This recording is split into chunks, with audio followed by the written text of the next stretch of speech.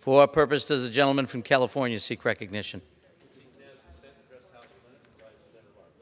Without objection, the gentleman is recognized for 1 minute. Thank you, Mr. Speaker. Our strategic oil reserves are meant to be for emergency use, an emergency resource in time of war or other disaster. At such an uncertain time, what we have with Eastern Europe, embroiled in a big conflict, it'd be wise for us to keep the reserve full. Indeed, President Trump filled the reserve up at the time when prices were low on fuel, and now President Biden thinks that by releasing this oil, it's going to somehow affect the price of oil around the world and our own economy.